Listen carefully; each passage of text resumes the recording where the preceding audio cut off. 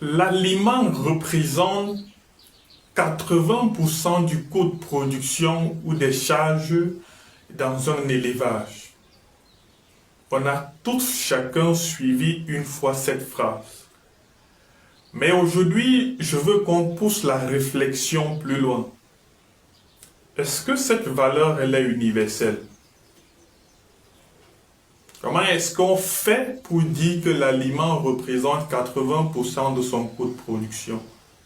Quels sont les éléments qui entrent en jeu pour déterminer cette proportion-là? Et comment les améliorer? Chaque éleveur de poulet, porc, lapin, n'importe quoi, doit être capable d'identifier ces éléments, faire ce calcul et améliorer. C'est l'objectif de cette vidéo ce matin. On va prendre pour référence les poulets de chair. Ça fait longtemps qu'on a négligé mes amis poulets de chair alors que c'est une activité que j'exerce majoritairement. On va prendre mes amis éleveurs de poulets de chair. Et le premier élément qui va entrer dans la détermination de cette proportion, c'est l'indice de consommation. Donc le premier élément qui va entrer en jeu, c'est l'indice de consommation qu'on va appeler IC. L'indice de consommation, c'est la quantité d'aliments consommés par les animaux pour produire 1 kg de viande. Donc de façon simple, l'indice de consommation, ça va être quantité d'aliments sur le poids, je peux dire le poids moyen. Si on prend l'exemple avec les poulets de chair, l'indice de consommation égale. Supposons que nous avons des poulets de 2,2 kg, c'est-à-dire le poids moyen dans notre élevage.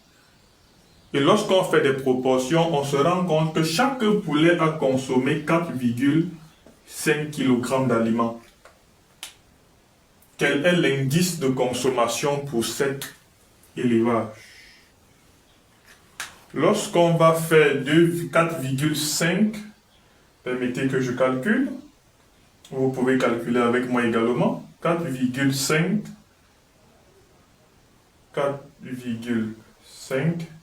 divisé par 2,2, ça me donne 2,045, donc 2,04.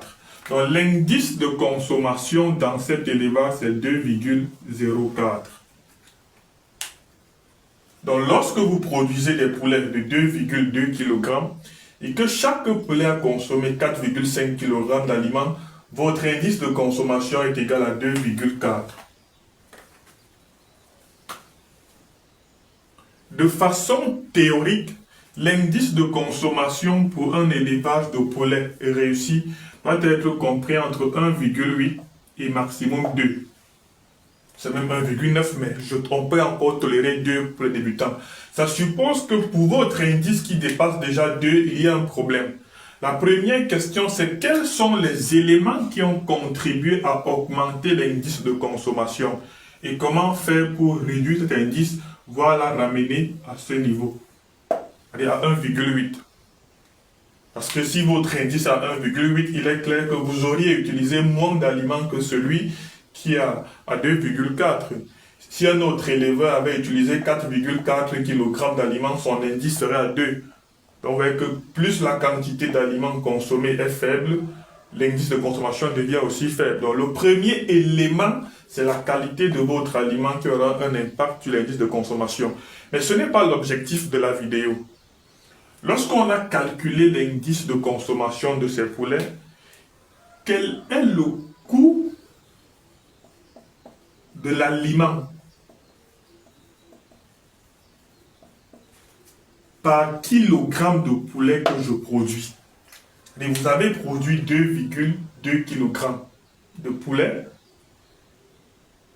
Quel est le coût que vous dépensez en aliments pour produire 1 kg? Deuxième question qu'il faut savoir. Ces calculs sont valables pour l'élevage de lapin, l'élevage de porc, l'élevage de chèvre, l'élevage de canard, l'élevage même de serpents si vous voulez. La formule ici c'est quoi? C'est l'indice de consommation multiplié par le prix de votre aliment. Ça suppose que lorsque je vais donner mon aliment, démarrage, croissance et finition, je vais calculer le poids moyen, le prix moyen que j'aurais dépensé en aliment. Parce que dans les 4,5 kg, il y aura l'aliment pré-démarrage, l'aliment démarrage, l'aliment croissance, l'aliment finition. Le poids moyen, je suppose qu'il va me donner 400 francs. Ça, c'est le prix moyen de mes aliments. Mon indice de consommation, c'est 2,04 multiplié par 400. Ça suppose que pour produire 1 kg de poulet, j'ai dépensé combien en termes d'aliments? On va encore faire notre calcul ensemble.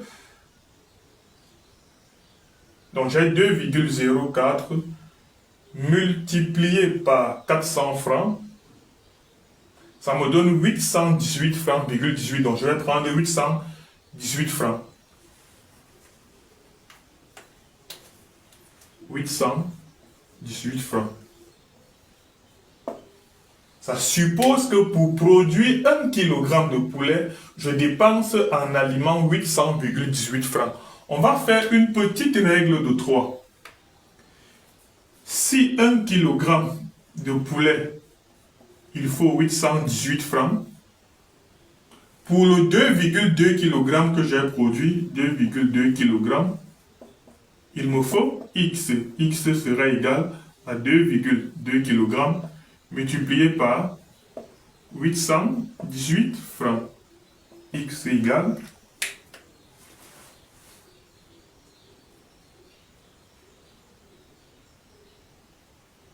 818 francs multiplié par 2,2, ça me donne 1800 francs, 1700,99 francs.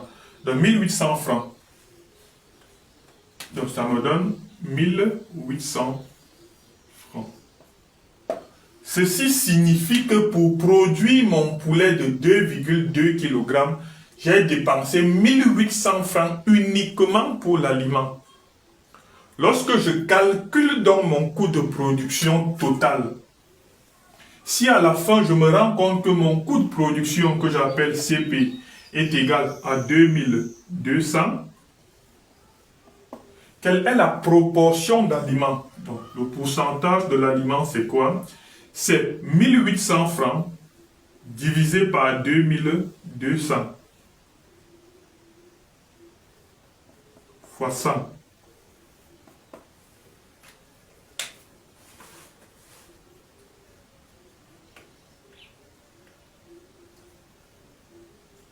« 1800 francs divisé par 2200 égale fois 100, 81,81%. 81,81%. Donc dans cet élevage, l'aliment représente 81,81% du coût de production de mes poulets. Est-ce que je suis satisfait de cette valeur? Si la réponse c'est non, quels sont les éléments dans l'élevage qui ont contribué à augmenter cette valeur? On reviendra donc sur l'indice de consommation dans un premier temps.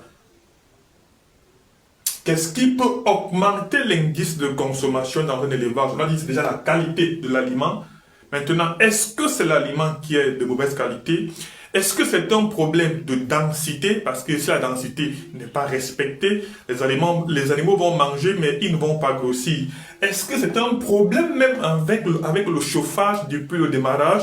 Parce qu'ils vont manger la quantité d'aliments. Si la température n'est pas optimale en poussinière, ils vont plutôt pousser des plumes pour se protéger au lieu de grossir.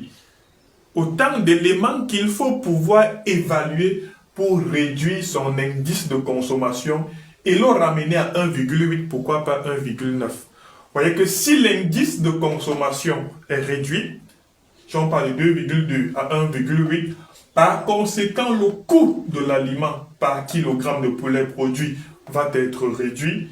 Enfin, donc, le coût de production final sera réduit aussi et la proportion d'aliments va être réduite.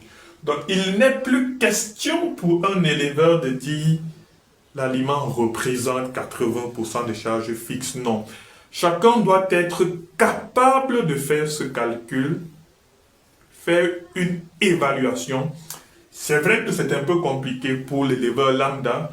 Nous, on applique ces calculs parce qu'on est manager d'exploitation. Donc, il faut à chaque fois se rassurer que le promoteur qui vous paye, qui vous confie son exploitation pour la gestion, tire du véritable profit à travailler avec vous. C'est pourquoi nous, on peut faire tous ces calculs et on doit les mettre, il faut déjà inculquer ça dans la tête de l'éleveur pour la recherche de la perfection. Donc, il ne faut pas se limiter à faire l'élevage de poulet, il faut faire la production, que ce soit poulet, porc, lapin, c'est-à-dire évaluer tous les paramètres et mettre sur pied donc un plan de restructuration pour avoir un résultat meilleur. Parce que si votre coût de production continue à être élevé, un autre éleveur qui aura produit à 2000, vous aurez des difficultés à vendre pendant qu'il est sur le marché. Voilà pourquoi il est important de faire toutes ces évaluations. Le but, c'est d'arriver à un coût de production très faible, qui est conditionné par l'aliment. Vous avez vu, dans ce cas de figure, l'aliment représente plus de 80% des charges. Vous voyez que les poussins, les produits vétérinaires et la santé, ça prendra au plus 19%. Donc, il faut davantage maximiser sur cet élément. C'est pourquoi l'éleveur doit pouvoir contrôler ses formules, doit pouvoir contrôler son aliment. Alors, je profite, avant de conclure cette vidéo, je vous demande de la partager parce que je sais qu'elle est intéressante, qu'elle va aider ceux qui la suivent et permettons ensemble qu'elle aide aussi d'autres éleveurs. Partagez un peu de partout où vous pouvez. Je rappelle que le dimanche, à partir de 20h30 heure du Cameroun, nous aurons une visioconférence sur la nutrition et l'alimentation des porcs. C'est gratuit. On parlera également de la prévention des diarrhées chez le porcelet. C'est une visioconférence gratuite. C'est vrai qu'après elle, il y a une formation complète qui viendra le 4 février, assortie d'une attestation. Pour ceux qui font les poulets, ça vous le savez déjà, et on met des poussins de qualité à votre disposition. On vous offre des formations de qualité disponibles également en vidéo. On vous accompagne dans tous vos projets, de la conception jusqu'à la matérialisation de vos projets. Pareil pour les porcs, pareil pour les lapins. Donc, vous avez le contact. Merci pour votre fidélité. Merci également, comme je le disais, de partager la vidéo. Car ensemble, on est plus fort.